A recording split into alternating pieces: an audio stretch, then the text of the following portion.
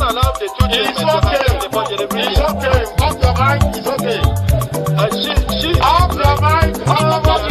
Like me. Chai! Now wow, people wey suppose talk truth to power don't off mic. And if we talk, now 500,000 they go summer us, call them hate speech. But fear not, my ego don't come. Him go torchlight every corner, nooks and cranny of all these bad people where they spoil our country.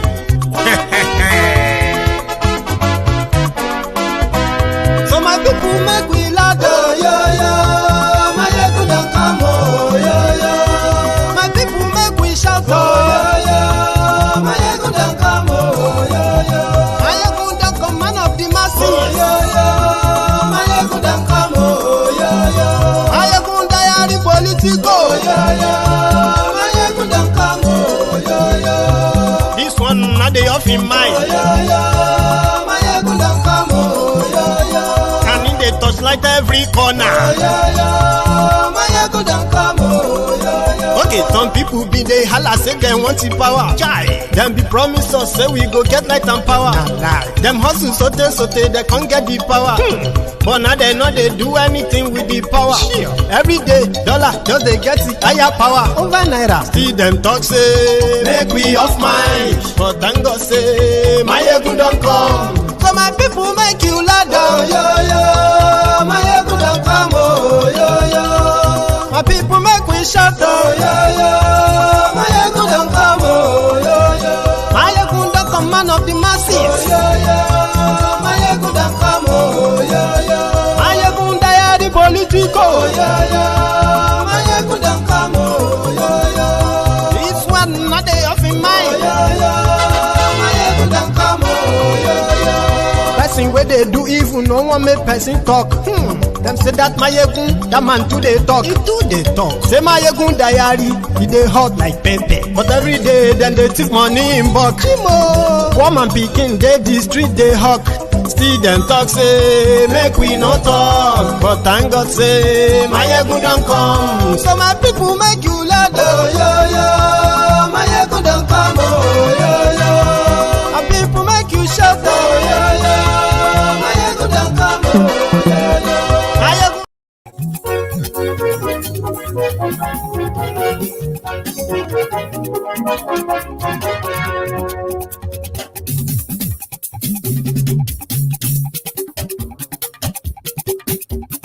Hello there.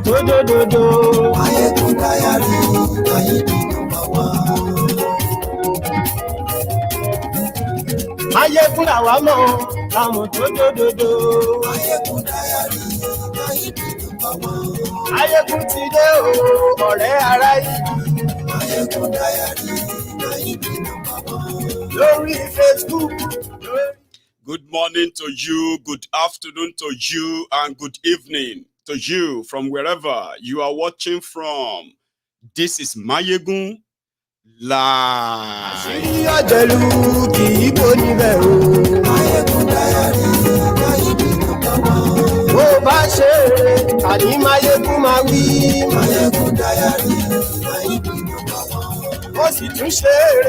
Thank you so much for joining me again tonight. You know what to do. Share this broadcast.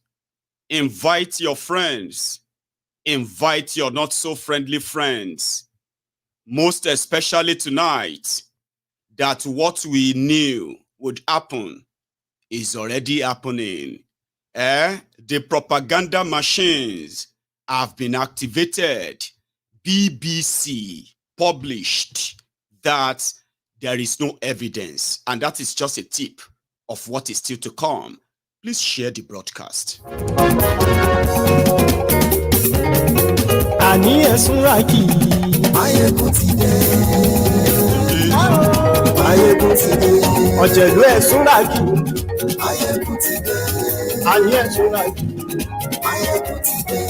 Lórí Facebook. And yes, we like. Read the caption of the broadcast. Read the description as well. And then share it. Okay? Before we delve into this tonight. Ayé ìṣúra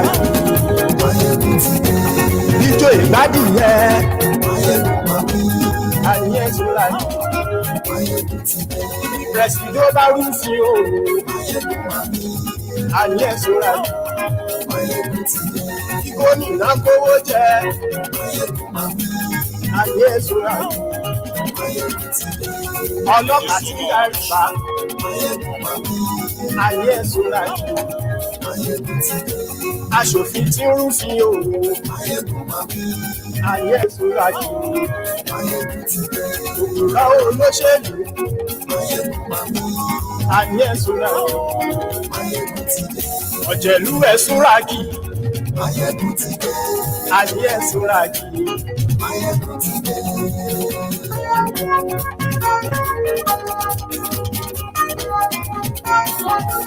Ayégun ti gbé gbogbo ọ̀jẹ̀lú ẹ̀ṣúra kì. Thank you. I was putting on some certain stuff there, and then I almost got caught up in that. Good morning to you once again. Good afternoon to you. And good evening to you from wherever you are watching from. It is Mayegun, and it is live.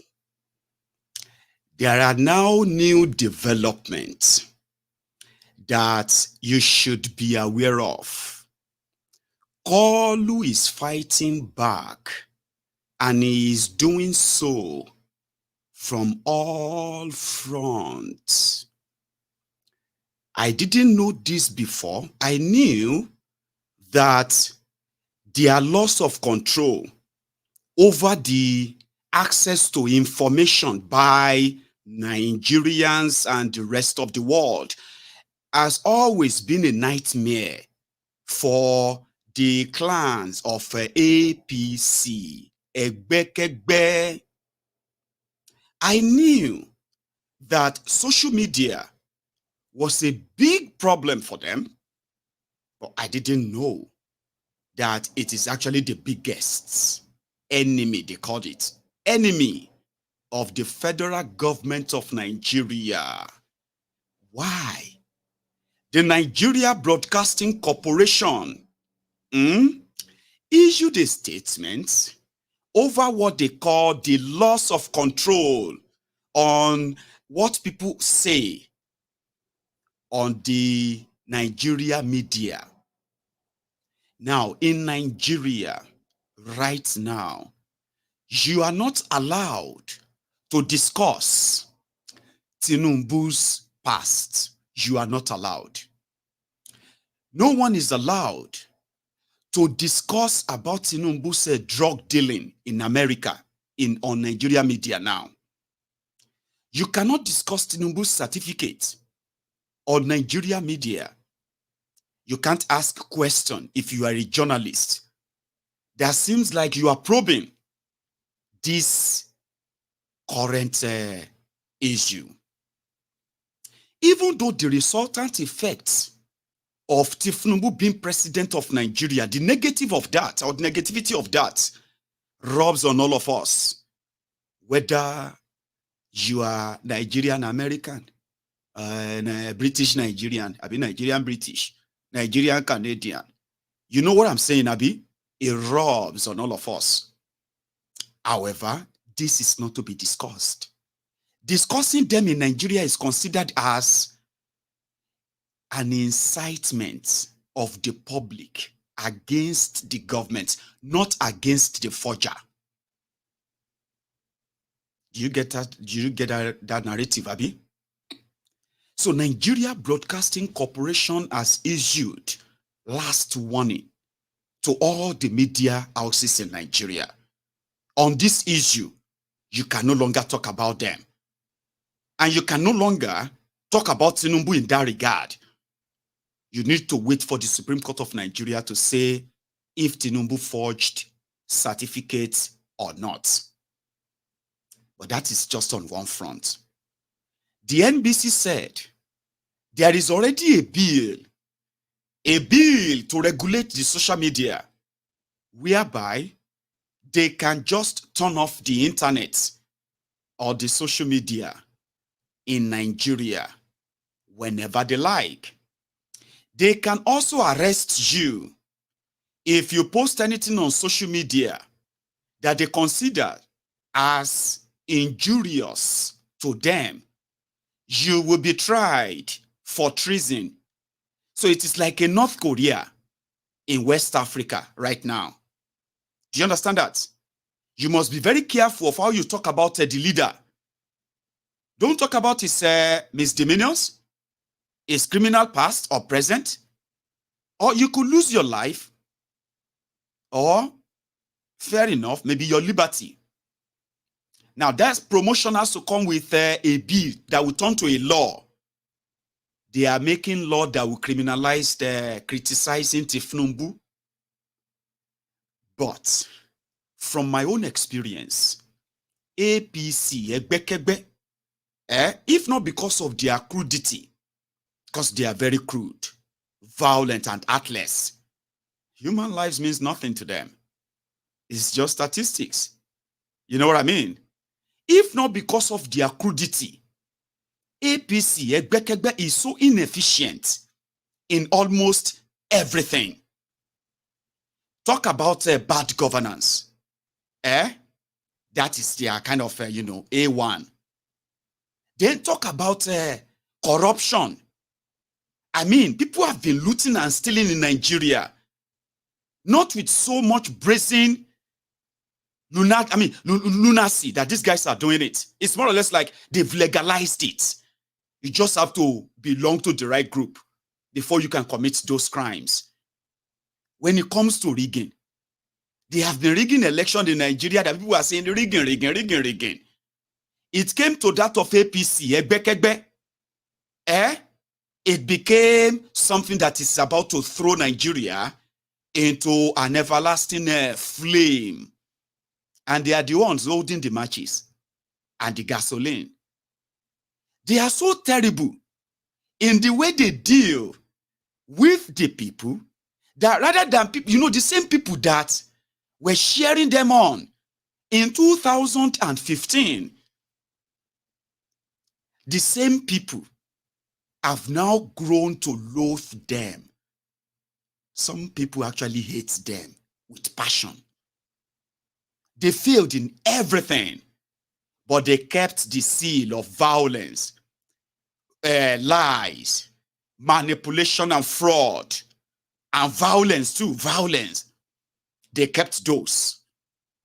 And that is why they always kind of create an alternative reality for themselves. And in this alternate world that they have always been living in, the ones that told them and kind of assured them that being poor is in fact a privilege. You should be grateful that you are poor. Because being poor means you are living within your means. Alternative world. And I knew it. When you bring facts before them, they will be using their own alternative imaginations. And then they will be telling you, they don't have a right to their own opinion. You have right to your own opinion. I have right to my own opinion. Why you okay? Here is it. When the APC, the way they are kind of programmed, the young and the old, they work the same way. It is the same pattern. When you present facts, video, picture, every evidence, they will tell you that what if all of this evidence, what if they are not true? Listen to this. They agree these are evidence, okay. But what if there is another one? And you are like, okay, you don't know another one. You don't have another one. This is the available one. This is the one that is contrary to what is presented. And then they will tell you, listen, I agree with you that you have yours because everybody is having this. So in their own alternate world, there must be another one. So in that world, APC, already filled that blank for their ass lickers, ombud slaves. So in the case of Tinubu and the forfeiture of $460,000 US dollars to the American government because of heroin trading and trafficking. In order for it is called a plea bargaining, that he managed to escape jail. When they were caught and when they were presented with evidence, you know what they said? They said, how come he's not in jail? And you are like, but have you heard anything about plea bargaining? The same one that allowed them to release the rest of $1.8 million to him by just taking out $460,000 because the law in America said they cannot take a fine, right? That is, more than so and so. And they were like, but he didn't go to jail. The fact that he didn't go to jail simply means it was a civil matter.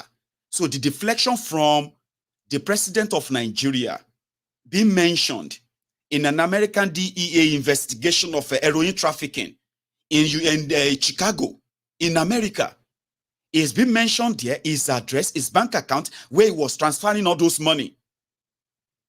All the evidence were there. But in their own alternative world, why is he not in jail? So far, he didn't go to jail. Means America. Because America could have extradited him now. So that means it wasn't a serious case then. Do you get that? So that's simply what? Watered that drug dealing, what have you down. Okay? Then he came to this Chicago State University of Chicago. Majority of those that are standing to defend Tinubu today, if you trace majority of them to 20 years ago, they were as alarmed as so many of you are today, that there could be people standing up, defending the fraud, as much as evidence presented before everyone. Majority of those who are defending him today, 20 years ago, they were so shocked like you. 24 years ago, they were so surprised like you. It was a criminal to them. But fast forward to 24 years after that, they didn't even bother to check the lie they told them 24 years ago. That forgery of 24 years ago, that they have changed a lot from that lie to something different now. Now, that something different today is that since Chicago State University said there was a Bola A. Tinubu that attended, the rest doesn't matter anymore. The people that said, Tinubu that told you that he personally requested for his own certificate, and Chicago State University gave that to him directly. He didn't mention third party. The same people changed the story to, oh, he got it through a third party. They did not mention the name of the third party. Okay? Oh, he got it through the third party. Chicago State University came and they said, we never used third party. That is a fact during the deposition, right? Okay, what happened to the certificate he is holding? We did not give that to him. That is also in the deposition, which is to establish that the certificate Tinubu presented, maybe he has original somewhere else. So maybe if he has to write officially to them now, they will give him original certificate. But the question, the crime here is that he presented a forged certificate that he said he got from Chicago State University. Chicago State University said, we did not issue any certificate to him. And that deposition is right there, boldly written in black and white. But in the effort of APC, my dear people,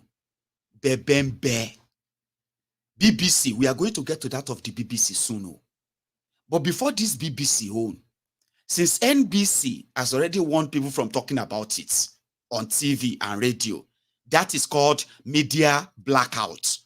It means the real people in Nigeria, they will never know the real thing except what they are told. The same people who said Tinubu had the right to go and design his own certificates on Nigeria TV, lying on fake news.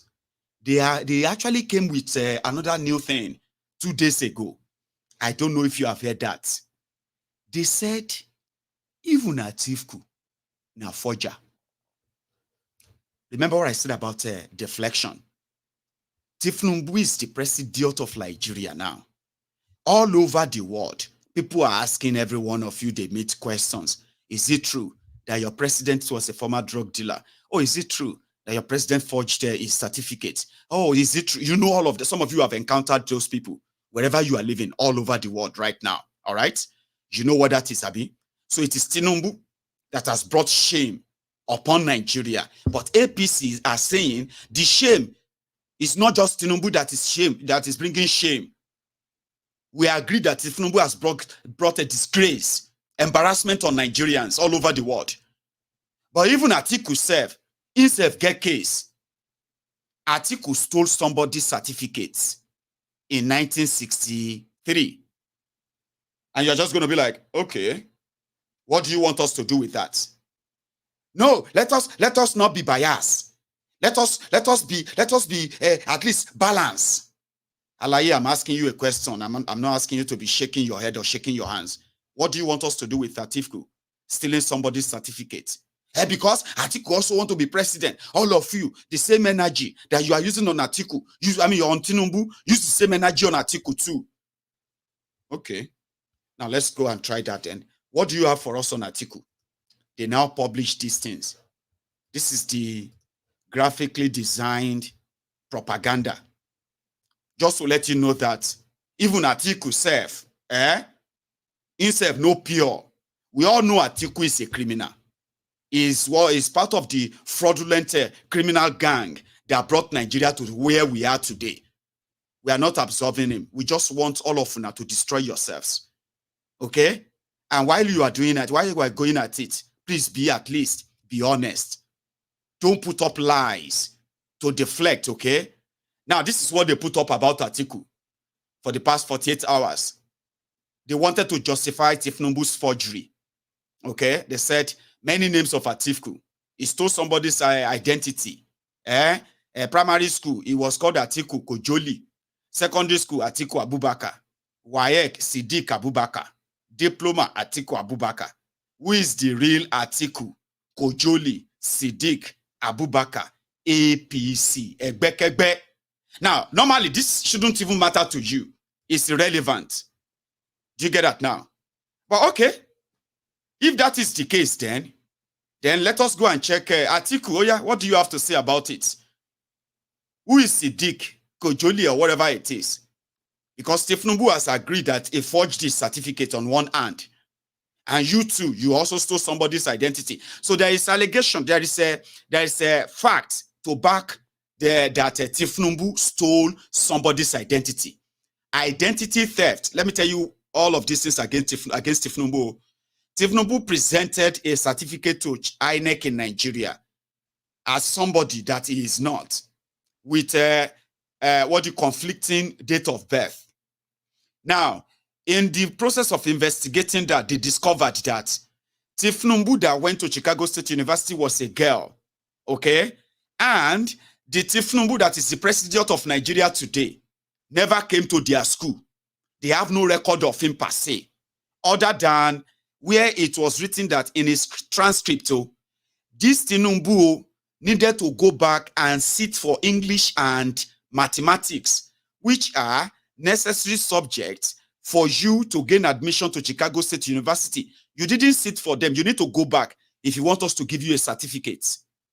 His own transcripts show that this Tinubu in Nigeria possibly stole somebody's identity.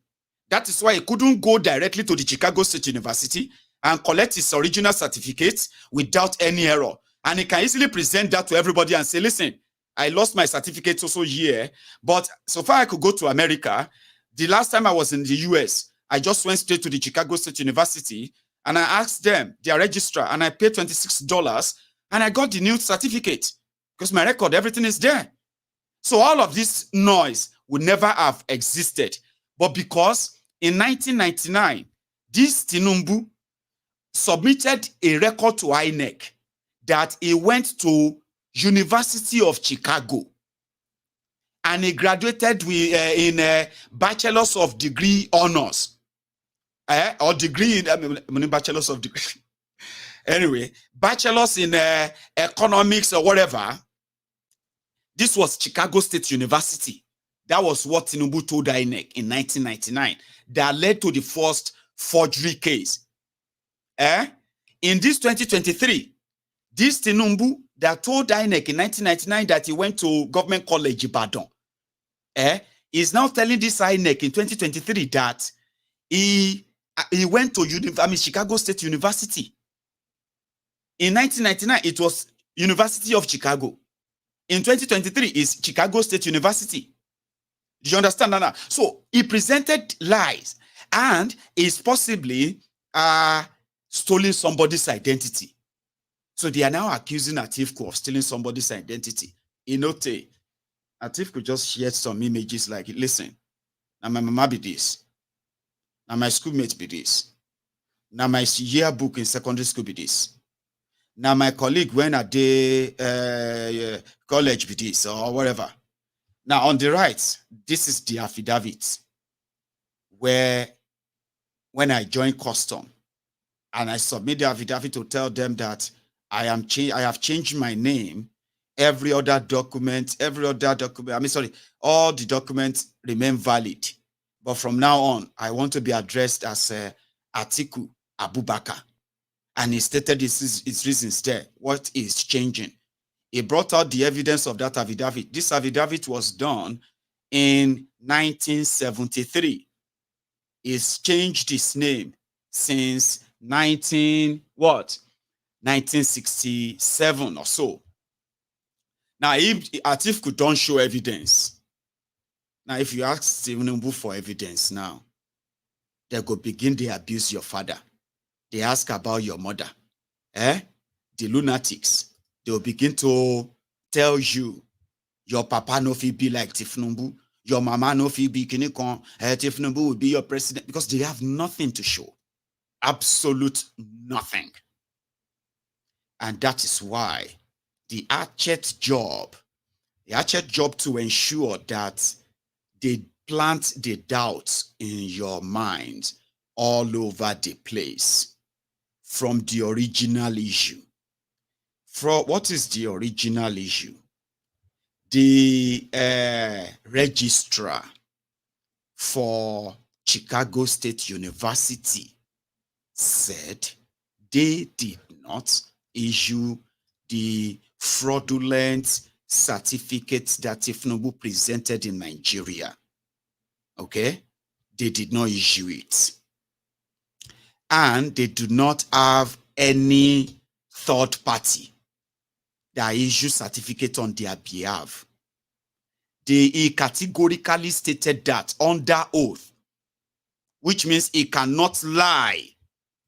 If he should lie to defend Tinubu, he will not only lose his job, he will go to jail.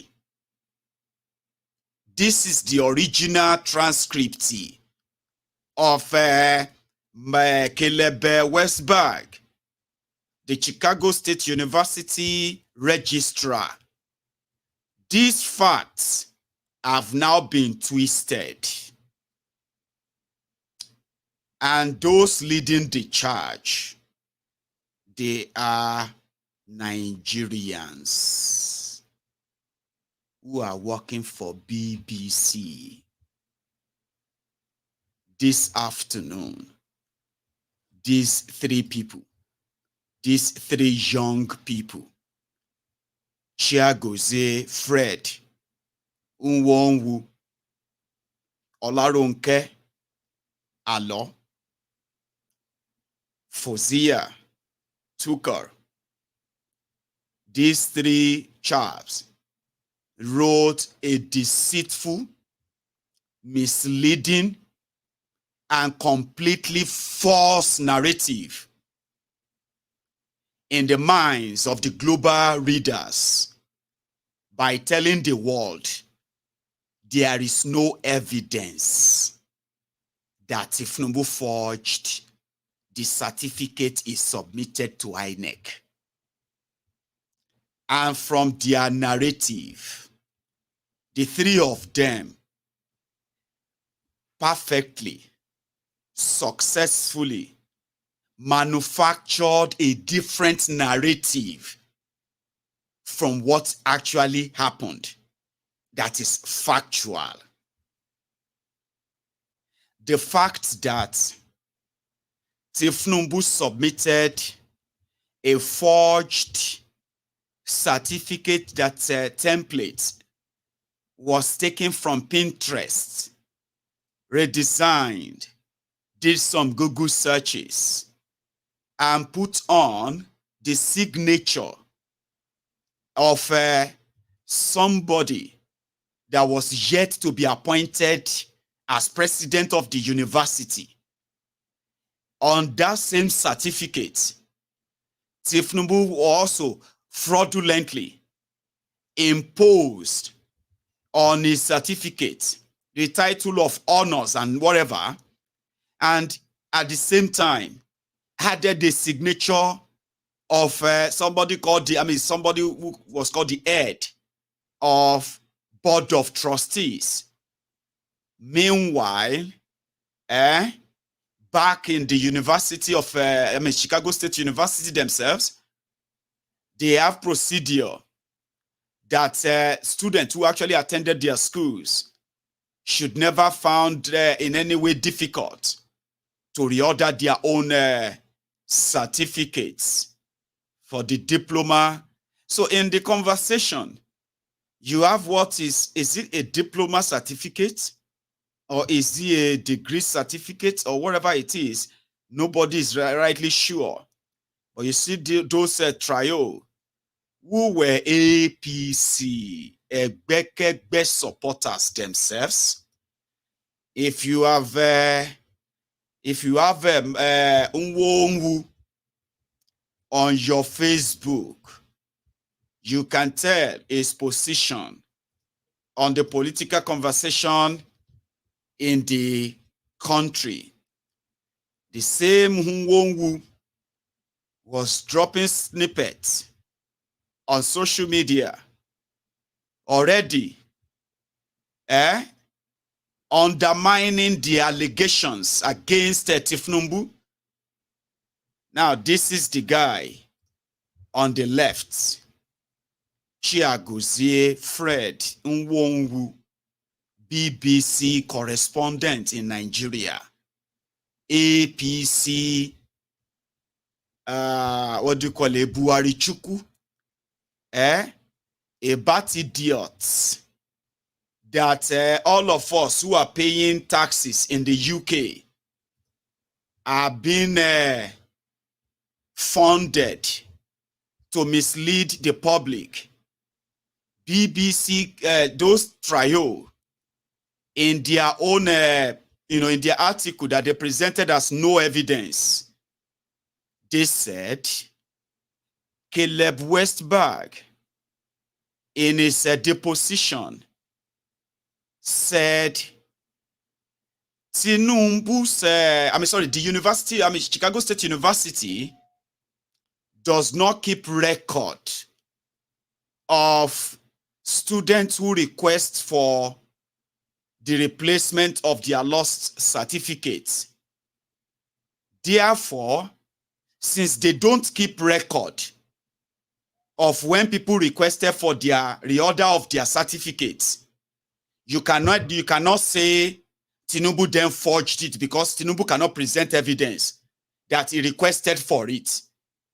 Do you understand that creation of a new narrative there? That it is true that Caleb Westberg said they did not issue the certificate. But the same Caleb Westberg said, from the certificate evidence that they gave to Atiku, which were certificates that were redesigned for 1990s, and some of them look like the certificate that Tinubu presented to INEC, okay? That if they photocopied the copy of the certificate presented to INEC by Tinubu, if you look at the full copy, you will realize that it is similar. That's what BBC are saying, it is similar to the certificate given to Chicago State University students in 1990s. So if Tinubu requested for a new certificate in the 1990s, and the certificate he got is designed like the new ones. So if the Chicago State University said they don't keep record of students who requested for their new certificates, then you cannot say Tinubu did not request for it. You cannot say Chicago State University did not give him the certificate. You cannot say that certificate Tinubu is parading is fake then, because Tinubu cannot show that he requested for it. That is their own theory.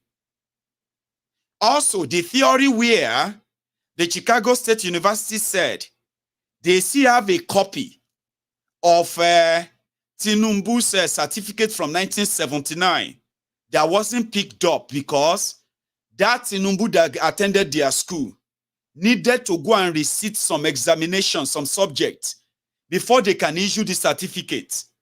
Therefore, he didn't come back, or she didn't come back to pick it, that they still have that copy. And that copy is different from what Tinubu also have. Now, whether it is a reprinted copy or not, the point here is this. That will be a second reason to show that they did not give him any certificate. But you see this BBC is now saying, listen, you cannot call it fake simply because Tinubu cannot prove to you that the vendor that is, and because Chicago State University said they don't have vendors or any third party. But the same Chicago State University also said they don't keep record. So what if Tinubu requested and they gave it to him and he took that to Nigeria, but Chicago State University have no record when he came? So how can you then say it is fake? Do you understand that narrative? They planted that in their mind, and a lot of people will be like, that's what I'm saying. All these people, they cannot listen. Chicago State University are not denying the certificate because they cannot prove that they gave it to him or they didn't. Go and read BBC report. There is no evidence that Tinubu forged it, but there is evidence. There is evidence. You cannot forge what you have. You cannot forge what is yours. You can't. You can only forge what you don't have. And that is why it was easily spotted. And it was a joke all over the world right now. And they needed. You have heard that of BBC, Abi? You are going to hear from, what do you call it? You're going to read from New York Times. You're going to see some of them on CNN. They are going to be quoting all of this. So, Nigerians who were so surprised that young people could allow themselves in the name of journalism to try to whitewash a criminal that a lot of your parents possibly have told you about, and you use your profession, taxpayers' money. BBC doesn't really make money in the UK. I live here, and I can tell you this. And I'm actually still personally concerned that I am paying a TV license in the UK. TV license in the UK here to pay the salaries of BBC workers. Both those who are here in the UK and all over the world. And I'm now watching the same BBC using their platform to change a narrative of something that they are already profiling us for. The UK government is already profiling Nigerians. Due to this political reality in Nigeria. And they are also using the taxpayers' money to promote a propaganda, to create a different narrative that will go side by side with facts, so that people will begin to actually push that wrong narrative until they clear the drug lord. Meanwhile, everywhere Nigerian goes, you are going to profile us. You're going to screen us for what we didn't do, for the sins we have no idea, we didn't actually contribute to. A lot of us are going to be persecuted because of this latest development in Nigeria. So it ought actually differently. That they have these people in Nigeria that they hired who actually have their own political allegiance to APC, Egbekegbe, and they are using the BBC Africa, BBC platform to spread their propaganda, to give legitimacy. I mean, if a UK prime minister is accused of forging his own education certificates, is he just going to hire BBC to launder his image? Or is just going to face the camera, face the press, and answer questions about this? Nigeria is the poverty capital of the world today. Former UK Prime Minister David Cameron said Nigeria is fantastically corrupt. That if what is being stolen from Nigeria yearly is stolen from the United Kingdom a year, United Kingdom will run and will go bankrupt within 5 years. What they actually steal from Nigeria a year. And yet, you can't help Nigeria and Nigerians to fight these criminals. You're gonna profile us anyway. You're gonna see us as people coming from a narcotic nation. You're gonna see us as people who are like forgers. Everyone that comes from Nigeria today will receive every extra screening than their counterpart from the rest of the world. But you're not going to help us. It's so unfortunate. Immediately this publication came out, Nigerians reacted, of course. And what they followed, the perpetrators, Nwonwu, Olaronke Alao, Fauzia Tukor, they all locked their social media handles, whereby you will not be able to contact them. You will not be able to comment on their pages. They decided to go underground. The job is done. The rest of the world, the rest of their government in Nigeria are already sharing it. It is like their first shot at trying to fight back, changing the narrative. You know what I mean? So Nigerians are now demanding from the UK government to not only delete this misleading article, they must also sack those 3 musketeers, those 3 agents of misleading or misinformation from their platform. Because Nigeria is currently at a place where an ordinary Nigerian believes that they are fighting for their lives. And the propaganda and the collusion of the UK government with the Nigerian successive draconic authoritarian governments, which even though you are collaborating with them in unleashing this terrible misgovernance that continue to give Nigeria and Nigerians a terrible image abroad, you still profile us for it. It's us that you punish for it. And then took advantage of that as the economy continued to dwindle. And they continue to receive your backing. Nigerians continue to live in droves, looking for the greener pastures that are not really green anymore. So yes, a lot of Nigerians are beginning to contact the BBC. Enough, right?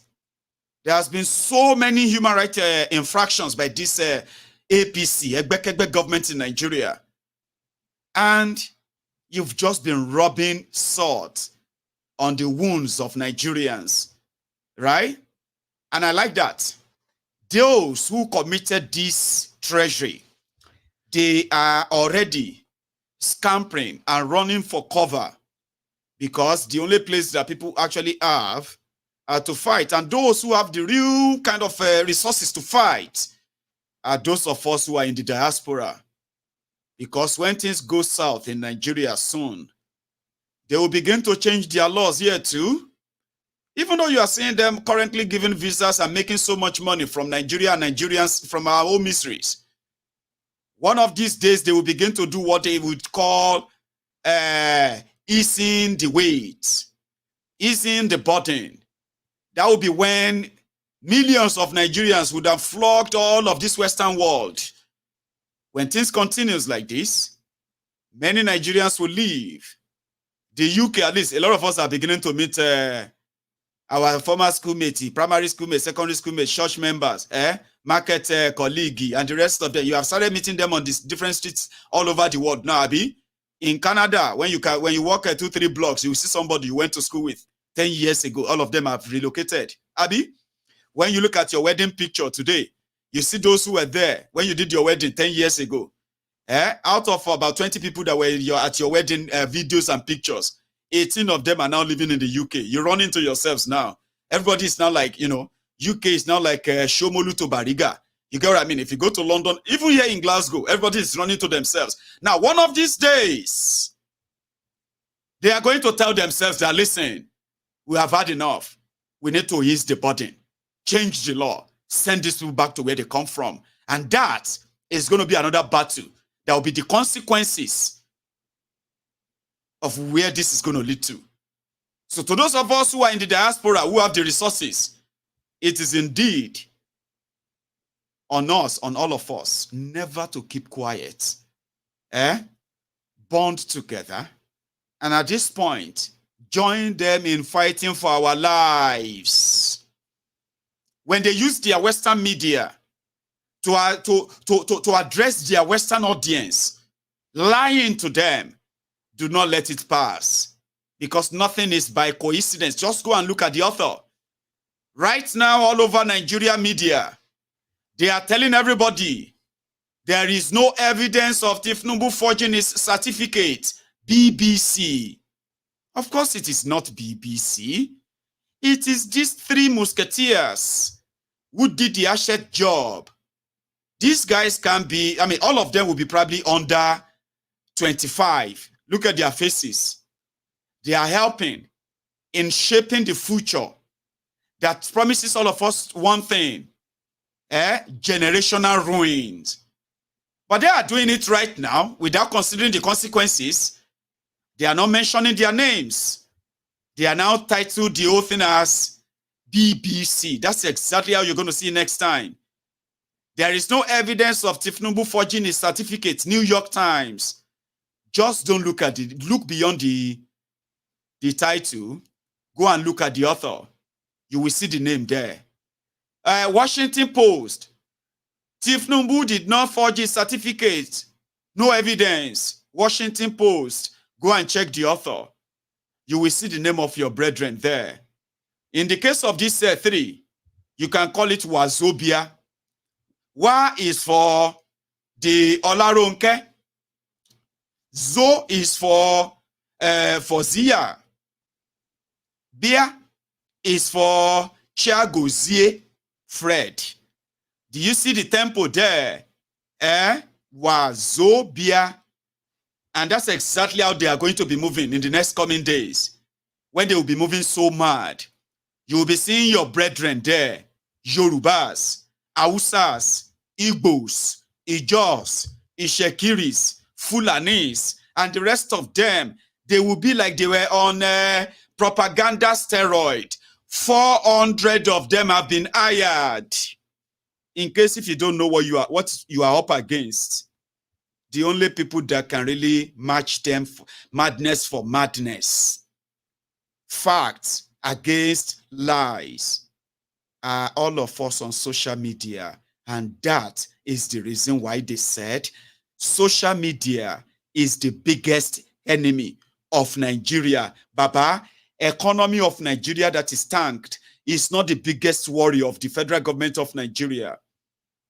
The insecurity, that has become everyday mental sum, our daily bread. Forgive us our trespasses. Kidnap us and then kidnap us every day and give us our daily bread. What is our daily bread? Kidnap us, brutalize us, dehumanize us. In fact, kidnap and kill us, matter. It is now becoming a daily bread in Nigeria. You either get kidnapped, or you escape from kidnappers. It is Thanksgiving from Thanksgiving to Thanksgiving. This is not a big headache to the federal government of Nigeria. No, it is not. When you have the population of over 22 million children out of school, your future is already ruined. You just don't want to accept it. You can live in denial. You can pretend it's not happening. You can even pretend to be saving your own family when this old keg of gunpowder finally catches its fire and then boom. You would be more than shocked if you are alive. 22 million out of school children, no education, no training, no planning, no future, but they have to survive anyway, one way or the other. In that system, ladies and gentlemen, it is not the headache of the federal government of Nigeria. Why would that be? That they run Nigeria aground. That when Nigeria generates 100 naira, Nigeria spend 98 naira servicing debts, which means Nigeria is left with a 2 naira, and that 2 naira too is going to go into IOU, another debt. It's not the headache of these criminals. They are hiring publicists. They are hiring public speakers. They are hiring media, representatives. They are hiring people that will be, they call them people relation officers, PROs, for Tinubu as special advisors, special assistants, because they want people to come and lie to you. They are hiring media men and women, clowns, that will paint you El Dorado, the picture of how they are working day and night to make Nigeria work for you. And then you'll be hoping and expecting, thinking, oh, they are working for us. They are going to make it soon. Electricity is going to work soon. There's going to be this or that soon.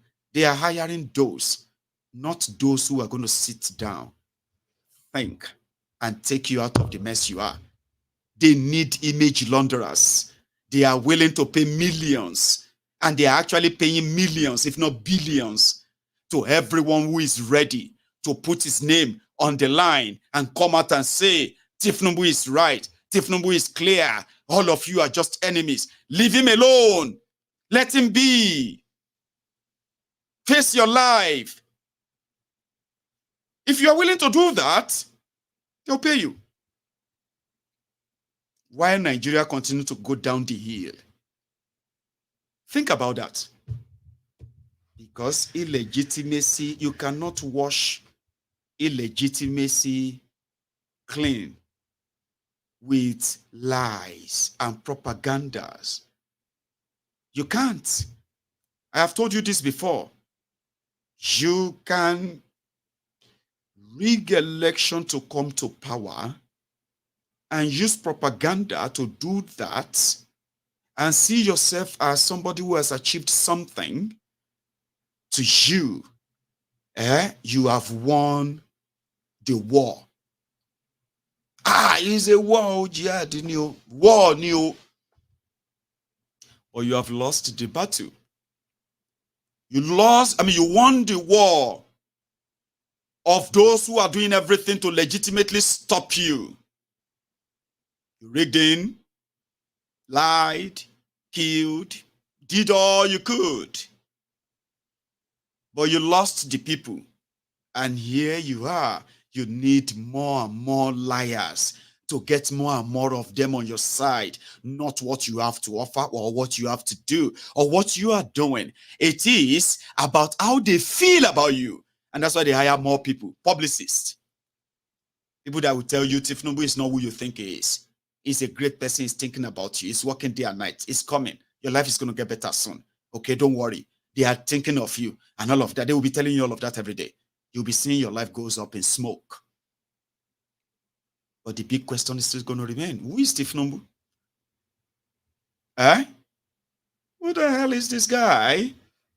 And did they not tell him that whatever they are telling him to do right now to kind of block this whole thing and let it go away won't? Bukwari tried, it didn't work. And I think this is where I am going to take you to Peter Obi's part. Peter Obi held a press conference where he called on Chief Tinubu.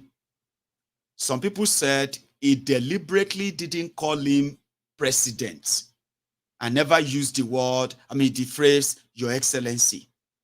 So he called him chief. Others said it's just him didn't want to say thief Tinubu. That the chief self sounded like a thief. So I'm going to take you through Obi's views on all of this, because we have also received the report that even Obi himself, they are waiting day and night, tapping his phone and seeing people that he's talking to every day and night to see something that you're just going to hear the breaking news. Breaking news. Labour Party presidential candidate of 2023 election has been arrested for plotting to overthrow Tinubu. And everybody will be like, hey, na lie yo. They will just start presenting WhatsApp messages. They'll start presenting voice notes. They'll start presenting other things. And they'll say they have evidence to arrest Peter Obi for treason. You remember when they said people should call Peter Obi to stop talking?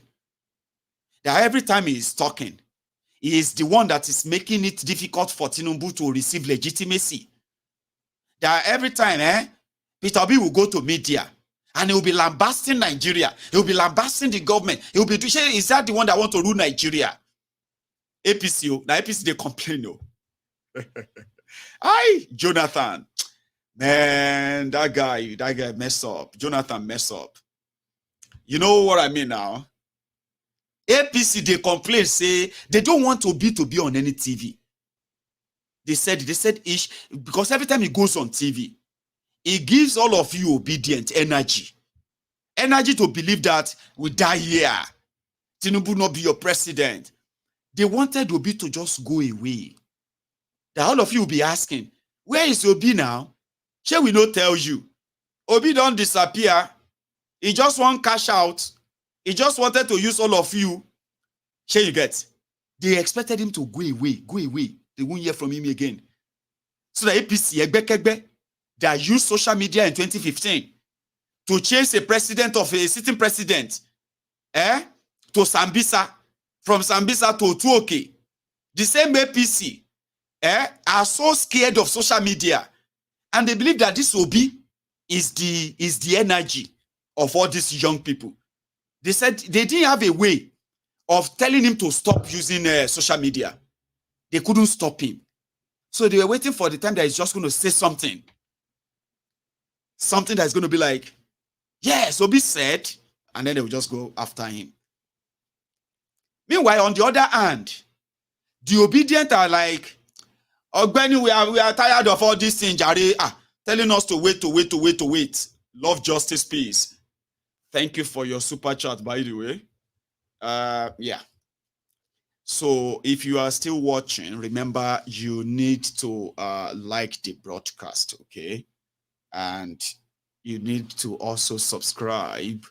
That is the way I believe you are actually like supporting too, okay? So if you can do that, that would be great. On the other hand, the obedient are getting tired of, we need to do something. But this will be they tell us, no, we wait. Make we wait. Obi, where they tell disobedient to wait. Follow the process, follow rule of law, follow blah, blah, blah, blah, like that, And some of disobedient are impatient. They're like, oh, Benny, they waste time, you just say, that person where they tell people to come is still giving these criminals serious sleepless nights. They told him not to appear on TV. Anytime he appear on TV, we say, I won. Tinubu didn't win. And the obedient will say, yes, that's my president. He did not win. We said, that stuff. And APC were like, stop saying that. Stop going on TV. At least you say you are in court. Wait for the court now. Abi? Sure, you understand that now? So we want to be the one to be talking, not you. Let's be the one talking. So assuming that it was like 2015, when they had goodwill of the people, those people would have shut the obedient down. If it was in 2015, no. But because people don't know APC TD, nobody wanted them per se, except for those who are looking forward to one day, may then call them, may then give them something. So they wanted to be the one doing the talking, analyzing, basking in that euphoria of a victory, stolen victory.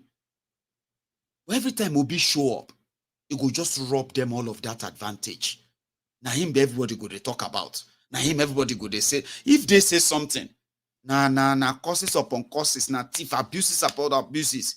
But if this Obi say something, everybody go just they look like nice. Obedient go just they sound so lovely, nice. They praise him. They take their shine away.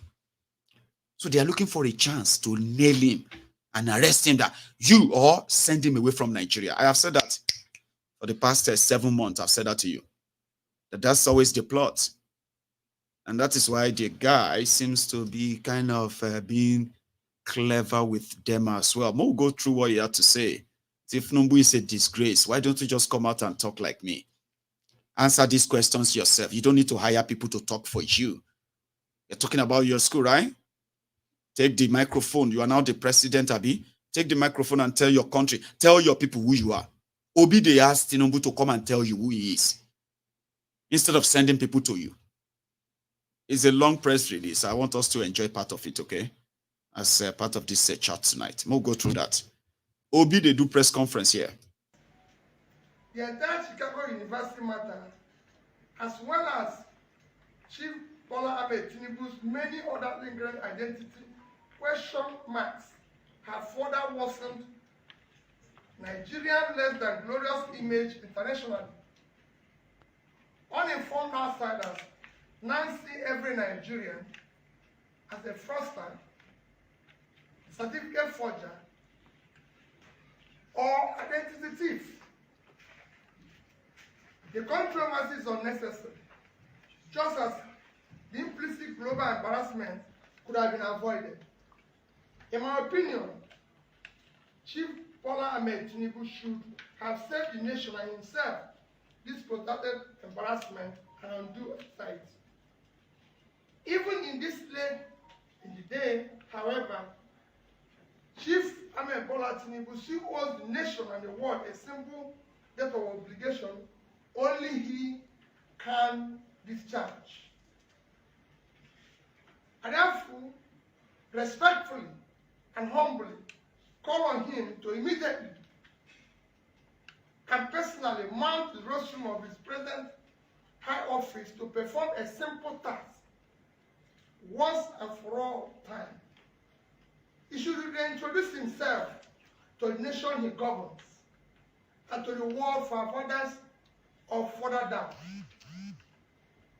He should let the world know his name, his nationality, his place of birth, his parentage, the primary and secondary school he attended with dates, as well as the actual universities he attended and certificates obtained. He should indicate clearly where and when he did his national youth service. In addition, if at any time he had a change of name, he should state so clearly and circumstance that his name itself is no crime. This is a simple task that will take only a few minutes. It requires no affidavit, prolonged court process, spokesperson, agents or surrogates. The task is one that only Chief Bola Tinubu himself, through a direct personal statement, can perform. He must perform this task urgently in order to lay to rest once and for the last time the many lingering doubts and valid speculation about his true identity. A leader cannot outsource a clear, unambiguous personal statement about his identity to political surrogates, official official spokespeople, lawyers, or any other person, no matter how highly placed. A matter of personal identity of a leader is too sensitive and central to the function of the office he currently occupies to be trifled with, outsourced, or disguised under the cloak of officialdom. It is about integrity, morality, values, and the rule of law that defines the character of a nation and its people. In his present capacity as the leader of a nation of over 200 million Nigerians, his true identity is a matter of grave national and international interest. The people deserve to know with certainty the true identity of their leader, and this overrides whatever rights he may have to personal privacy. In addition, the international community deserves to know the true identity of the person with whom they will engage on Nigeria. Having stood for an election of elevated office of the President of the Federal Republic of Nigeria, Chief Bola Tinubu have implicitly undertaken to cede the rights of private citizens in favor of life of open disclosure of his true identity and other circumstances that might be of public interest. His personal integrity demands no less. The legitimity of the office he currently occupies demands that much and even more. Respect for the integrity and esteem of the Nigerian nation within the Community of Nations makes it even more incumbent and compulsory. It is time to do the right thing. Long live the Federal Republic of Nigeria. Thank you. Thank you, Excellency. His Excellency will entertain 5 questions. Please. Check your back. Check your box. Did you see the faces of everyone there? Is that Obi? Is that Obi talking? He kept calling him Chief Bola Tinubu, Chief Bola Tinubu. So he didn't bother calling him President Tinubu because he's not anyway, yeah. So he challenged him that, please, Mr. Tinubu, do us one single favor.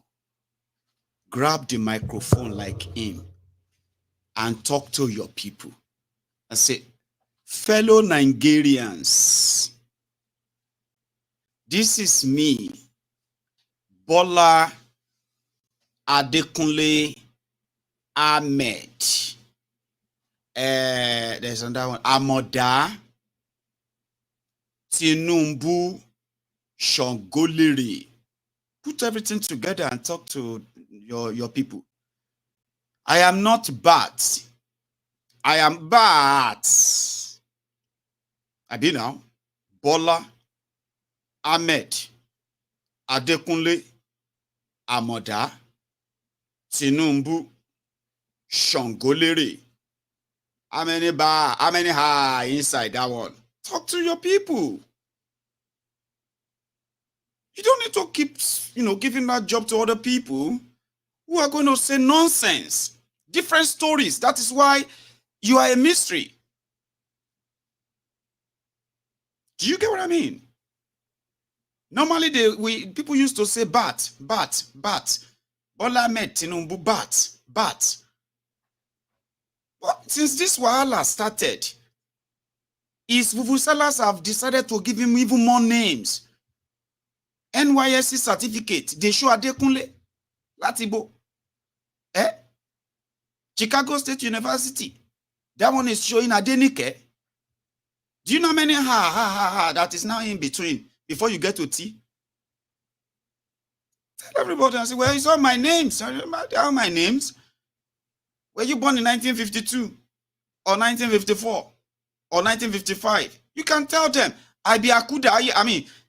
I be Dakuda. What's the now name we give to those children who died? Ogbanje, I be Ogbanje. My mama born me in 1952. I no like him. I go back. She born me again in 1954. I don't like her too. I go back. She got bombed in 1955. That's when I said, okay, I stayed. Simple as that. Simple as APC. There are those who are going to believe you. Tinubu, they run. They run to talk to you. And you think that is normal. Since this whole madness started, I have known almost all of the names of Tinubu. I told you. Bola, Adenike, Amoda, Adekunle, Ahmed, Tinubu, Shongolere. 7 gone. 7 names, story alone. He was born in 1952, 1953, 1954, and 1955. Akondayon, very, very mysterious person.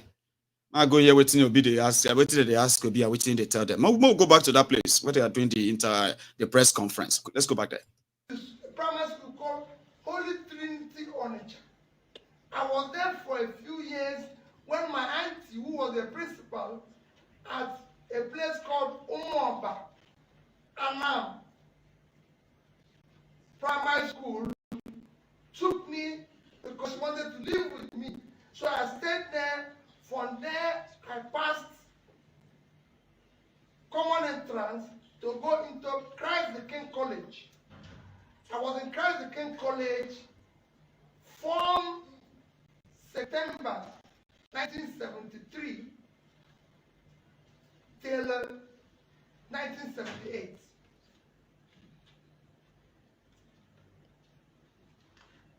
I then went to University of Nigeria, Soka, from 1980 to 1984. Read philosophy. And had a BA, second class in philosophy. Thereafter, I've been to so many other institutions for training, which I will show you my CV before you leave now. I'll make sure I have it circulated, and I can claim to be an alumnus of some of those schools that I went for training, among which include Lagos Business School, Kellogg Graduate School, Oxford University, State Business School in Oxford, Cambridge, George Business School, and in Switzerland. There's so many other places that I've gone for training, from INSEAD in France, Columbia in New York, and all that. So these are no longer private to me. Everything I read or any thing I did, programs I participated, are documented. When I give you my CV, whenever I write down here, I'll show you what I did there. And they're open for verification. It's no longer a private thing. You must be verified. Thank you. On issue of whether, on invitation of the PDP presidential candidate, let me reiterate again. Whenever there's an issue of national interest, I'm involved in it, invited or uninvited, because it's about our country. Thank you, sir. No. All right, Your Excellency, my name is Friday, and I'm a reporter with Challenges TV. I'd like to ask you just one question, since my senior colleague has taken the first question I wanted to ask actually about that call from the PDP presidential candidate. My second question, which I'm asking now, has to do with what the PDP candidate has in his hand. I've not seen it, that's why I mentioned, I'm using my word carefully. The certificates that he said his lawyer have been able to get, that has generated these conversations. Of what use is it to your own case? Because we would like to know if you also pleaded among your prayer in the court is included the certificate forgery that the presidential candidate of the PDP is pursuing. So of what use is what they have now? What use it is in your fight to secure a mandate? I don't make comments on issues that are before the court. Everybody knows that. However, where we are is beyond the court. What we're talking about today is actually a challenge and a crisis to the soul of our nation, to our existence. People who are asking these questions and you have to answer everywhere, it's not this. And when this is not a political matter, I want people to understand, it is no longer politics.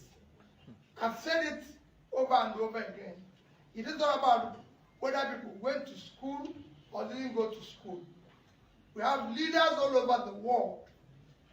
I mentioned several. They did not have formal education. The most quoted American president didn't go through formal education. And he's highly respected. Lincoln. And in UK, it was a similar thing with Churchill. He was not a good student in school. And I can go on and on. People who have rich backgrounds who didn't have opportunity of going to school. And if you recall during Clinton's problem, our respected former president of America, Jimmy Carter, said, it is not about party, it's not about where you are or what you belong or politics, but if American president have been involved in what they consider perjury, it's a difficult thing.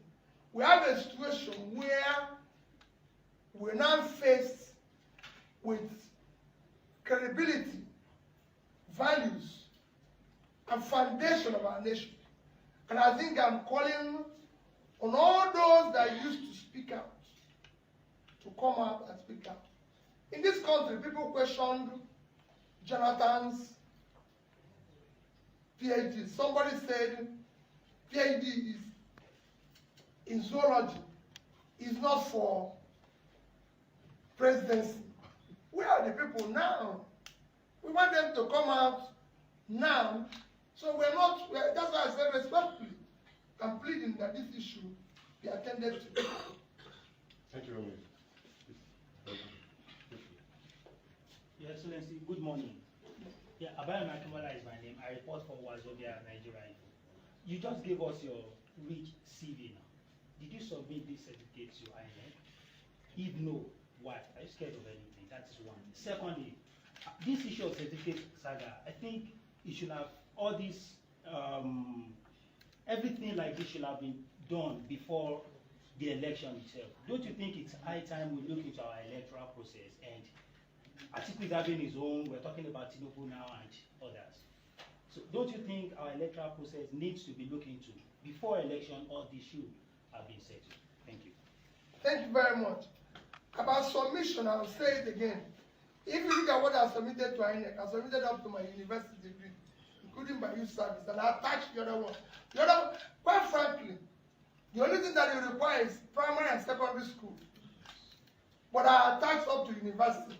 And like I said, I went to University of Nigeria, Suka. It's not very far. In fact, if you go there today, the present VC, which is the first VC that is an alumnus of the... I'm coming back to that. Did you hear that journalist asking that this should have been done before, before the election? Is it not a little bit too late now? Meanwhile, they answered the journalist before that this, that one was like, but this issue is in court, blah, blah, blah. And he was like, listen, we're talking about credibility issue here, okay? If you are one of those who are still waiting for Supreme Court to say the certificate is forged or the certificate is original, then you are one of those who are living in denial, okay? That's exactly what Tinubu wants. It doesn't care what you say about him. He believes that as long as judiciary is not going to look into them or probe into them and clear him, everybody can say whatever they like.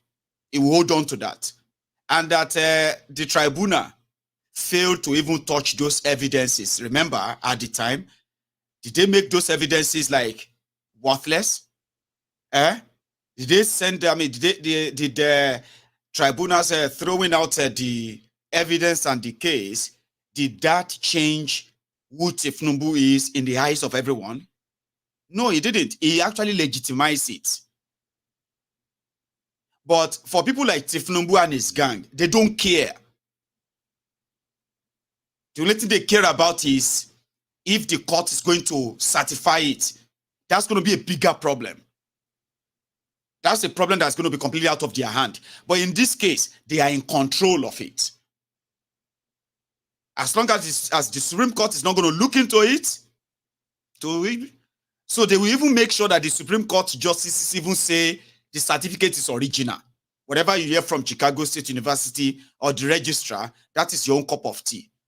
So that's how much control they are when it comes to the issue of controlling that that court and the certificate or what have you. But it won't change what the world knows. It will not change that. Can't you see that? Asking Obi that, or asking anybody that, but isn't it too late? They should have disqualified him. This is you joining us 3 weeks late. We already knew that their position would be they should have stopped him. You are now expecting us, the court, to stop him. We can't stop him. So you should have stopped him before now. It's not our job to stop him anymore. That's what they will tell you for the sake of national security. We know that. We knew that months ago. But what I'm saying is that even if the Supreme Court now says no evidence, would that change the way you see Tinubu in the real sense of it? Would you not always remember how much you were irritated and you wanted this whole thing to go away because you know it is the truth?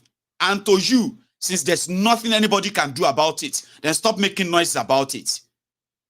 But in years to come, you are still going to see him as that drug lord. You're still going to see him as that certificate forger. But by that time, all of us all over the world would have been seen exactly just like that. And that is also another one you are not paying attention to. If you are one of those ass lickers. The court can say no evidence, but would that change the truth? Would that change what you know? Of course it won't. Then when the consequences of you and your bias is being fulfilled that way, since Tinubu has no integrity or credibility to go on TV and talk to everybody, why must he talk to anybody? Because you know he has nothing to say. What's he going to say? Sincerely speaking, what is he going to tell us? But if they accuse the president of a country of something, you don't hire people to speak for you. You take the stand. You're a politician. You can lie. Abi, these guys, Tinubu, Bokwari, they are the worst cowards that I've ever seen. Most of your Nigerian leaders are actually pure cowards. Shameless cowards. They love the horror where all this organized outing, where people go to praise them, hey, and they'll be working with all the DSS security, everybody, wow. They love that. They don't want to be questioned of what have you taken, they don't want to take any responsibility. Bunch of cowards. Politicians, their job is to lie, isn't it? So if you are now the leader for all of other politicians who are working under you, that means you are the brainiest, Abi. Because you can use all of their brains and address your people. Obama, we know say one can't lie to Americans. They don't set the stage. Obama will be ready. He's already spoken to all of his advisors. His advisors on this subject, on that subject, on that subject, on that subject. All of them don't sit down together. They've discussed it. They've discussed how he's going to present it too. They've discussed the words he's going to use. Don't use this word. They're going to hold you onto it too. Don't say that one. Use this word instead. Use this one. Use this such one here. Brainy people, they go add all their brain, put them for that Obama head. Donald Trump, same thing. They'll put all of that together. Then when he faces the camera and he start talking on a particular subject, you go sit down there, you go say, liar, liar, liar, he's lying. But some of you, You go, oh man, and it's so sexy. I like when whenever Obama is lying on TV, he kind of looks so sexy because you want to believe the lie. But you see these agberos, these crude criminals, agberos who don't get any sense, who don't get anything. They don't have any of such a something that actually makes them look like this is our job. Our job is to lie. These ones are pure, I mean, God damn it, chancers, hustlers who say anything and anything and any time. But the main guy, they don't hide them. He know if he talk. So which means he's a coward, a brainless coward. So what they are saying here is that a lot of people have been saying a lot of things, including Mayegun. Be bold enough. Take up the microphone and say, my fellow people, let me tell you, they are lying, right? You know something? What happened is this. Tell lies. They're going to say, baby, they say, lie. But Tinubu no get sense. Waiting one talk. I took my eye. You know the way he talks. Where's that one where he was talking about having, what do you call it? I cannot share all of my idea here. They will spy on me. They will spy on me. The way they thought it was actually making any sense. And then the Asha Leges, the crumb beaters in the crowd.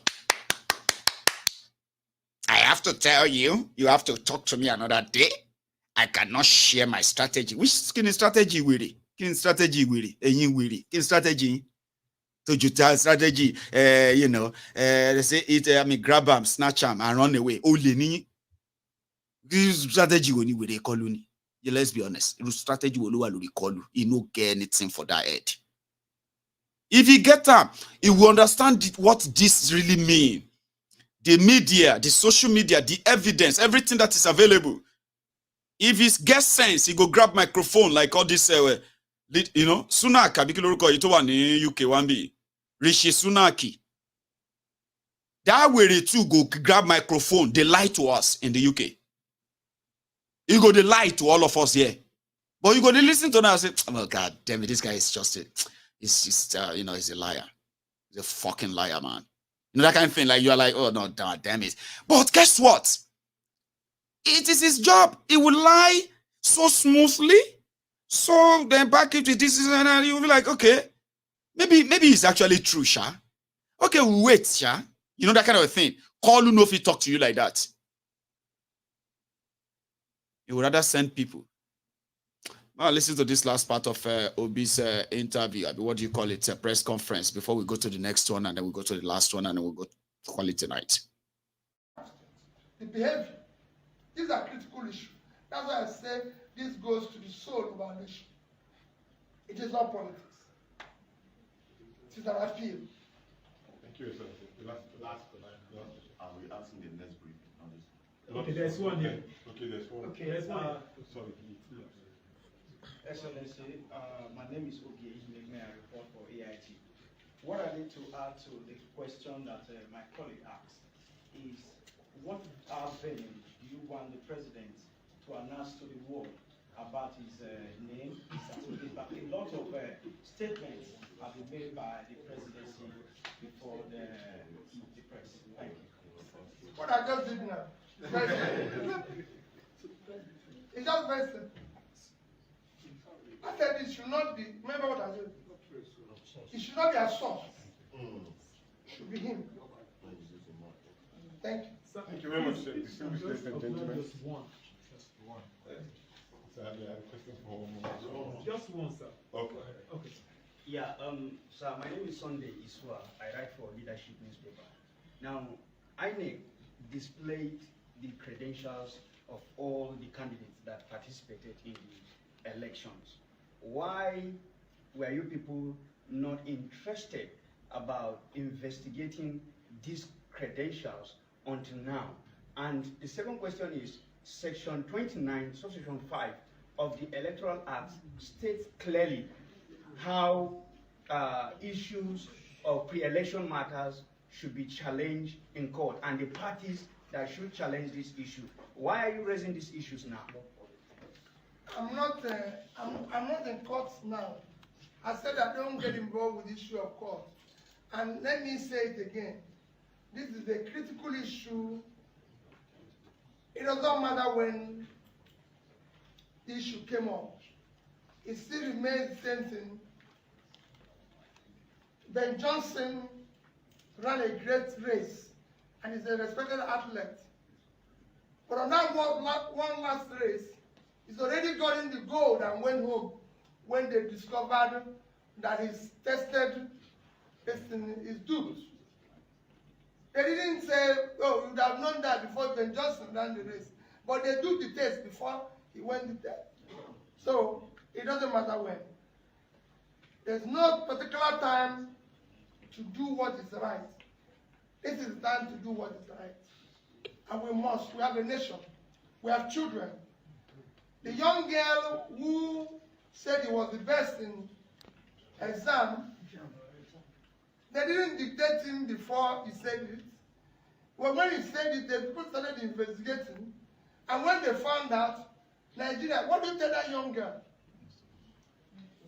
So say to her, it wasn't dictated before it came out. No. This is an issue that is of great concern to the soul of our nation. Thank you. Thank you. Good listening. Thank you. Thank you very much. My phone did down.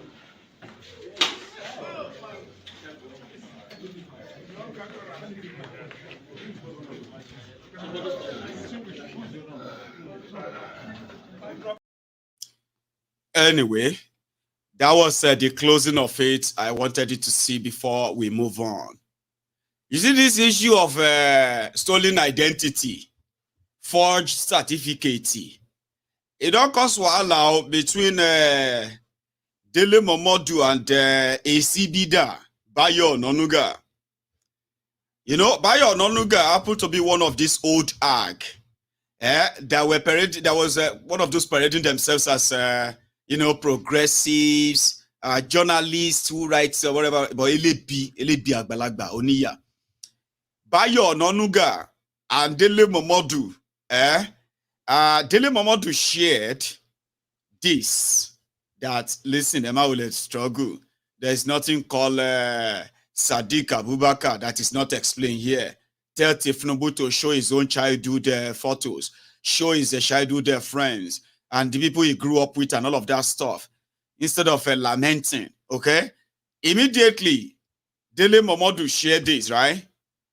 ACBida, Ibayo Ononuga, forwarded a message to Dele Momodu. He said, this afternoon, Dele Momodu said, this afternoon I received WhatsApp message from Mr. Bayo Ononuga, my former boss at African Concord magazine, Abiola's newspaper, and wondered why would he forward such a vulgar message from the APC cyber bullies to me.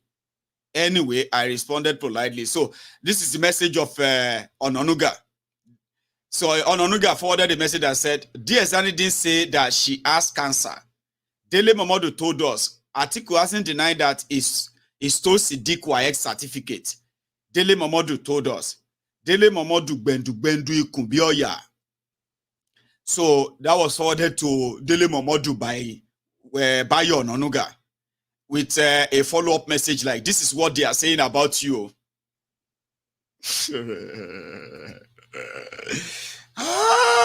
Oh more. You see, sometimes when I look at Bob D, Dele Momodu, and I remember the ovation days.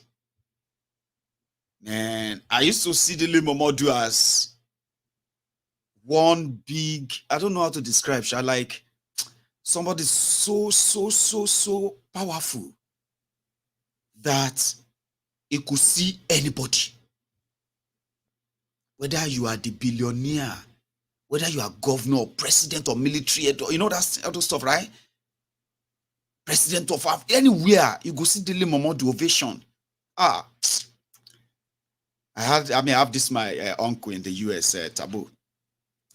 So Tabo was the kind of person who told me about Bob D. They were like Bob D. So in my own household then, we had people that always have these Ovation magazines. Ovation. And you see all of that luxury, that opulency, that old money, you know, those old money. And you see them looking so glamorous. And then right next to them was Dele Momodu. Sorry guys, that was our own Instagram in the 90s. Sorry if I'm kind of feeling nostalgic about it, because now when I look at Dele Momodu, waiting this generation don't show him. And I am like, how time changes here, where the older people, where they are. It is true that that is where the younger people are going to meet them. When I see people, they drag Dele Momodu online, when the man, they try share his own opinion, it go be like a person who steal a butter inside the Oshodi market. As then they drag in shirt, some they drag in this thing, some they drag in neck, some they drag in blocos. Everybody drag. Say, Bob Dylan shebayi. Bob Dylan drag you by to the old long. If you won't leave him. They say, Baba, no. If you know what to do, we never finish with time. We'll drag him. All the time. And they later called him Alagbafo. If you are a drug dealer, if you are a trafficker, if you are a looter, it doesn't matter what you do as long as you have money, you will look good inside Ovation magazine. Baba, to appear in Ovation, half page. Maybe this is the way they go your Instagram, they post your picture. They do Instagram celebrity. Dele Momodu that time, to put your picture inside Ovation, half page. No, sorry, quarter page. About 500,000 naira. 500,000 naira. Half. If you want the full page, Ovation magazine, 2.5 million naira. And you go see all these billionaires, they will get like 4-5 pages. They do wedding. 5 pages. You go to turn them. You go to see different photos. You go to turn them. Glossy magazine. You go to see all the thieves in Nigeria. They go to look fancy food to you. You go to wish say, one day I go make calm. But you know how some of those adults during that time, how did they take cure depression? Not like our generation now, that's nothing they depress you. All of them, they catch you, they look for clout on social media to make you feel better. Back then, the older people in our own generation, they look for the cloth design of the rich people inside Ovation magazine, so that they can tell their tailor to give them that same design, so that they will now feel. Say, Shady Okoya wore. Have you seen that Shady Okoya's dress last on the latest of Ovation? They say, no, I haven't. I don't buy them. I don't buy them. I have picked about 20 different, especially women, men in cop. Anyway, I'm telling you all of this to all of you generation, that you will see Dele Momodu today, and you will drag them. Social media is what took away Dele Momodu's Instagram. So Dele Momodu had to now kind of blend with this generation, where information, you don't even buy them anymore. They just land on your laps like that. So children, who are supposed to be children to Dele Momodu, they are now taking him up online. Fact for fact. You know, before, when people like Dele Momodu talk, you go say, I understand, sir. Thank you, sir. Very, very sensitive. Because he don't travel. He don't go everywhere. He's a journalist. You don't go everywhere. Dele Momodu, they talk. You must don't go everywhere too for you to question people like him. But today, see me, Mayegun. I no need to open a studio. Now my studio are there so. Worldwide, over 4,000 people are watching me. And by the end of the evening, right, I'm going to get over 80,000 to 100,000 people that are going to see my video. And I'm just going to do that inside my room here. Independent broadcaster. Sure you get. So, Sir Bob D had to go and open Instagram, open Twitter, open Facebook, and begin to learn how to mingle directly with this generation. All of those rich people, they themselves don't open Facebook, they don't open Instagram, they don't buy smartphone, they don't need daily momodu anymore. People can easily put up their own story. Life on the blue sea, life of a rich, you know, when you see DJ Copy, Omo $10, and you see all of them on ship, they say, life on, before Baba, now inside Ovation, you go see that picture, you the craze, you go see picture of Dangote on a ship, inside what? Newspaper, you the wine in it. Now they let Mama do instead go there, they flex, they take pictures, everything. Now rich people go, we will go buy the magazine. Can't they do like this? They salivate over rich people. See rich life. But today, all the rich people don't open Instagram. They don't open everywhere. They take their own pictures. Some where they too busy, they hire publicists where they take their picture. Sorry, Shamini on looking con. Oh, sorry. I got Ahmed. You see, when I get into that building, I'm going to pretend that, you know, you are not there. So when I'm about to go and meet that man, you are going to take me one unaware. Should you get? I'm going to pretend I'm unaware. Oh yeah. Sorry, Shamini unaware con. I said, shut up. Then they will put it on Instagram. Young money, thinking about how to make more money. And then you go see the comment, young money, baba, I must see post. Young money. I know say you did think every minute now money you did run you. People are now hiring, they know they pay anybody anymore to do is Instagram. Same thing with ACBida Bayo Nonuga. He used to be an editor of a whole newspaper. That Ononuga that all of you are now dragging by his own blocos on social media. You go see small person. Efi korok money. Agbalagba male fa korok money dani yana. Agbalagba woni is an animal, sir. Who is Agbalagba? This useless old man. You know, see in Nabayo Ononuga is a bigot. Let the korok money mung borrow. If you want to let dear, sir, no, go drag him. You dey drag her, the guy dey floor. Una dey still dey drag her, say we go drag her all in back, go peel. Now, person we used to be editor. People like Bayo Nonuga, they are feared. Politicians feared them.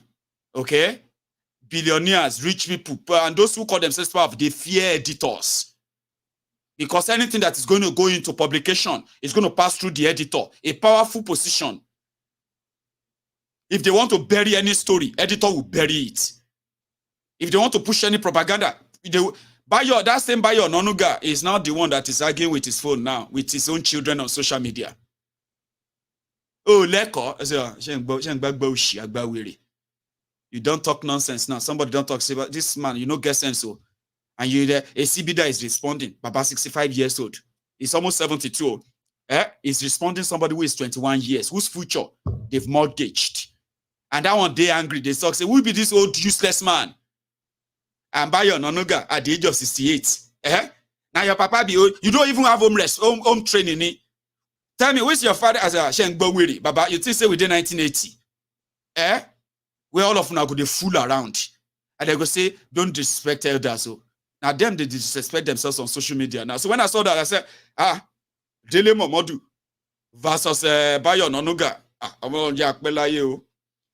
May God give us long life. Oh, there are some things that they say if you live long enough, your heroes go become villain. Oh, go hard. Oh, seriously, go hard. Oh, people where they hold for high esteem. If you live long enough, and they live long enough too, Baba, you go realize everything again jail. At the long run, I mean in the long run, or maybe not everything. No, many of them again jail. Right before our very eyes, so we have seen people that we respected, that others dance as on toe inside market, naked. And when we say, what is all of this, sir?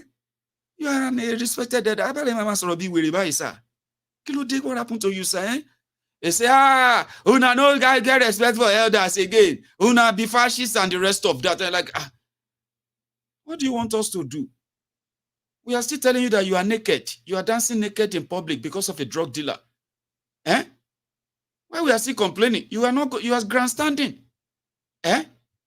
Can't they masturbate in public like person will use Viagra? About kilo day right before our very eyes.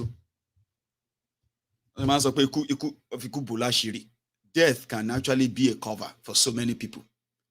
And some are saying that if Tinubu didn't become your president, there are so many people that you will never really know who they are. And there are still many more that are still going to tell you who they are. If you are doubting me, person will suppose they jail, they fly presidential jet. Where did they do that one? Person will be say, if to say Nigeria is actually what it should be, by now, Usman Dan Fodio, the first terrorist in Nigeria, the first official terrorist in Nigeria, his name is Usman Dan Fodio, a trader that visited the region, returned back with army and killed the leaders of all those regions by appointing his own replacement. And before you know it, it became the jihadist region of Nigeria. But nevertheless, if Usman Dan Fodio was honest as the first terrorist of Nigeria, and his own descendants who came after him and came after him and came after him, if they were supposed to be honest, Sharia will happen in North. Person they're supposed to don't cut in two hands. You know, they say if you steal in Islam, they go first cut your this hand from here to here. You turn it to they will turn your hand to mekuturu. Mekuturu means that it could just be like a plank. If anybody offend you, go be like say you the whole plank they beat person. Now so your hand go be they don't come out this one. For stealing. If you steal again, they go cut the second one. So you could come be like person with the bob. Like that. So you know go get hand like that. Because they go no say a thief. A thief. Which kind of thief be this? You know, normally now you say you know if you steal again. They can't accuse you say you don't steal again. Oh, how person when no guy they steal. Oh yeah, cut her hair. They go cut her hair again. So you can't be one long trouser, one long sleeve and one short sleeve. Now, when you get that short sleeve in Sharia, they can say you don't go steal again. No, this one is a born criminal. They go come cut that wood where they get a cut here. So when I go come, they just be like I call them Agbera Gani. There's no go around that time, whatever you are thinking or you are wishing. They could just become your motivation, but nothing beyond that. You don't get anything to commit any crime again. That is Sharia. But not in this case. Anytime you got to give away kuturu, somebody was supposed to put a bowl for in front, inside the Kano Central Mosque, in front of Kano Central Mosque. If to say Sharia is Sharia, go presidential jet, and you are hoping that Nigeria is going to get better. They play.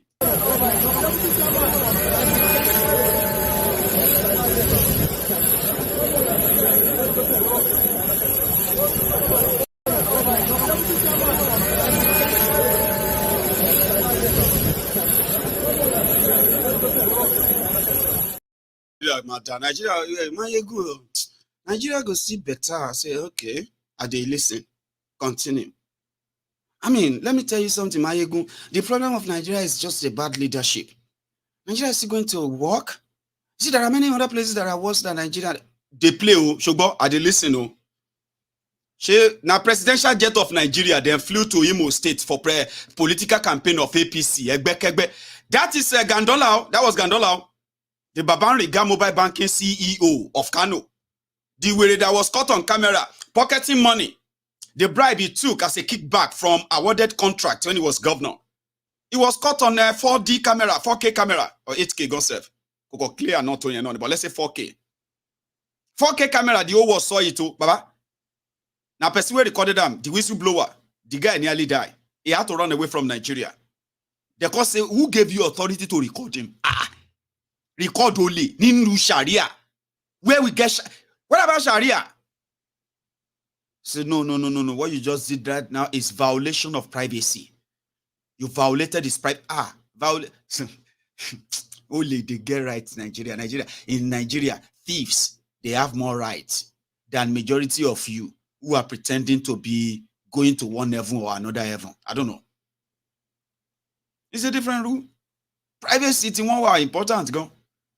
Today, that thief is the APC, Egbekegbe's national chairman, Gandola, the Babanriga mobile banking CEO of Kano, flying the Nigeria presidential jets for APC, a best campaign in Imo State. Elmo, you will see impunity, you go run. I told you, just wait for it. As last, if you can't beat them, you join them. You can be like this guy. What's the call him? Kubana chief priest abi. Onion. God knows how many views that is going to give to him on Instagram abi TikTok. The Latin money lole. In that same airport, where thieves gathered, criminals gathered, they want to go and promise him of state people prosperity, security, employment, and all of that nonsense. See, I'm here.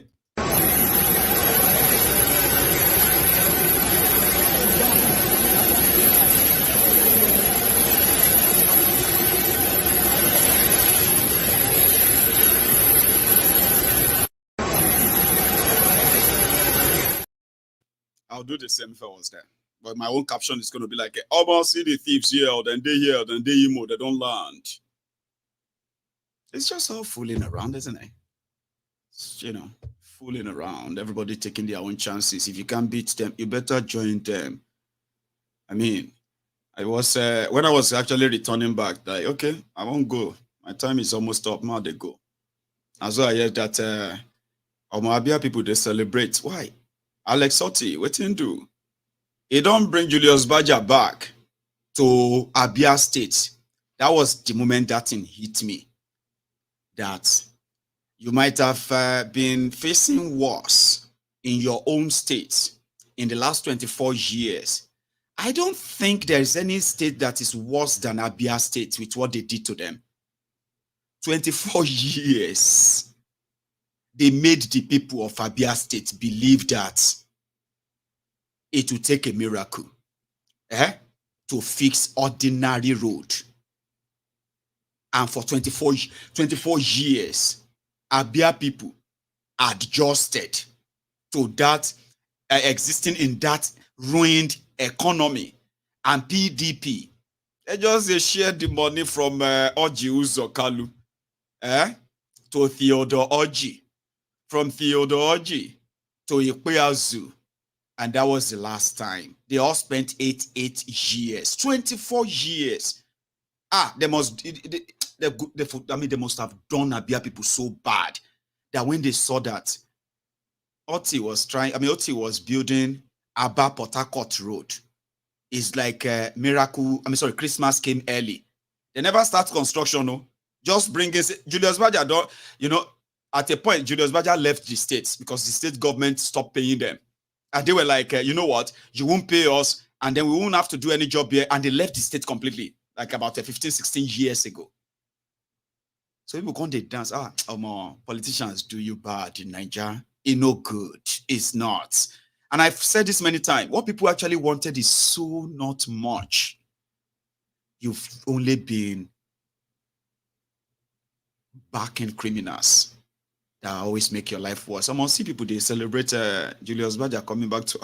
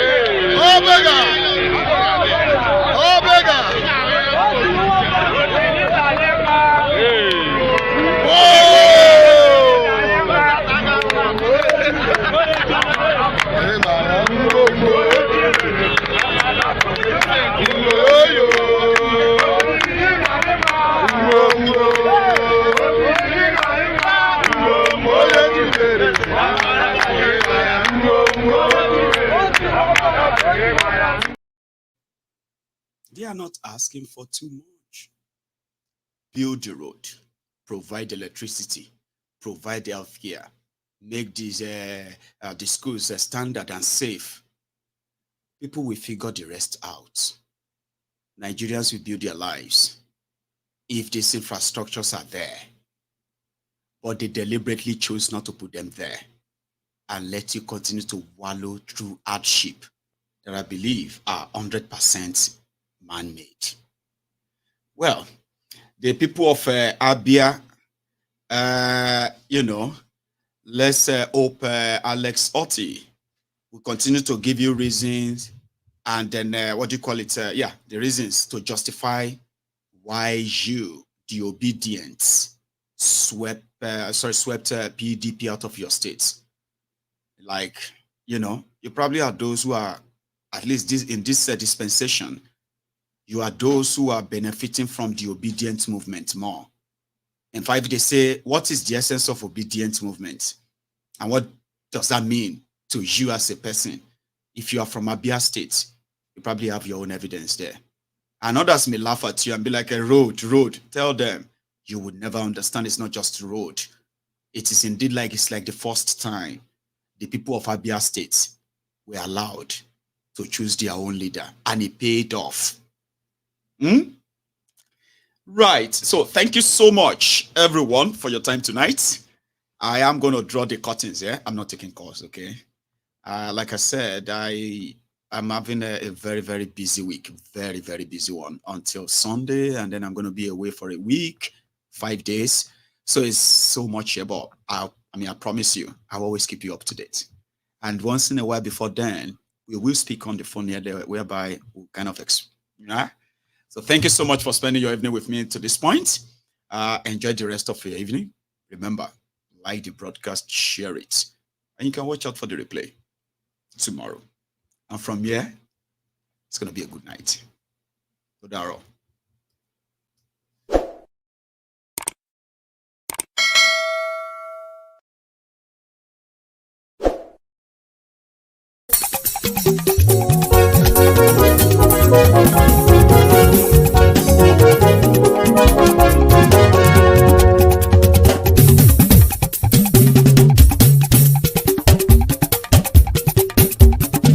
Mayegun làwa mọ̀ làmọ̀ tó dòdòdò. Mayegun Diary, Nayibi #1. Mayegun làwa mọ̀ làmọ̀ tó dòdòdò. Mayegun Diary, Nayibi #1. Mayegun ti dé o, ọ̀rẹ́ ará ìlú.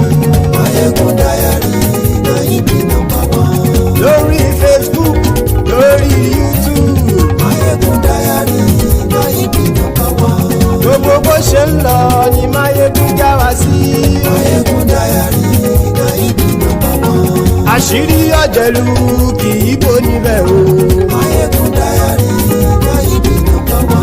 Bó bá ṣe eré àní Mayegun máa wí. Mayegun Diary, Nayibi #1. Ó sì tún ṣe eré wàá gbọ́ níbẹ̀ o. Mayegun Diary, Nayibi #1. Mayegun Diary, Diary political. Mayegun Diary, Nayibi #1. Godfatherism kò sí lọ́rọ̀ Mayegun. Mayegun Diary, Nayibi #1. Ẹ farabalẹ̀ sẹ́ o kẹgọ́rọ̀ lẹ́nu o. Mayegun Diary, Nayibi #1. Àní Mayegun làwa mọ̀ tó dòdòdò. Mayegun Diary, Nayibi #1.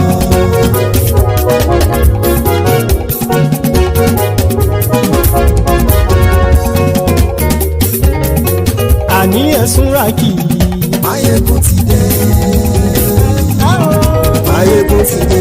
Ọ̀jẹ̀lú ẹ̀sùn ràkì. Mayegun ti dé. Àní ẹ̀sùn ràkì. Mayegun ti dé. Lórí Facebook. Mayegun ti dé. Àní ẹ̀sùn ràkì. Mayegun ti dé. Lórí YouTube. Mayegun ti dé. Àní ẹ̀sùn ràkì. Mayegun ti dé. Bọ́ bàbá gbé wúrẹ́.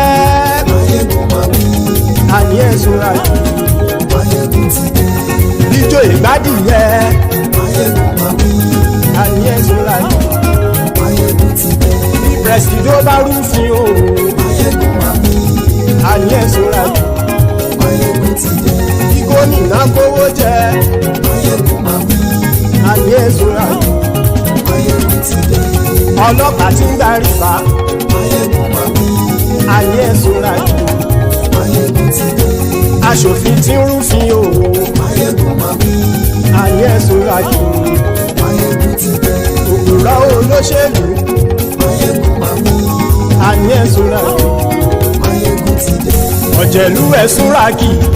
Máyégún ti dé. Àní ẹ̀ súnra kì. Máyégún ti dé.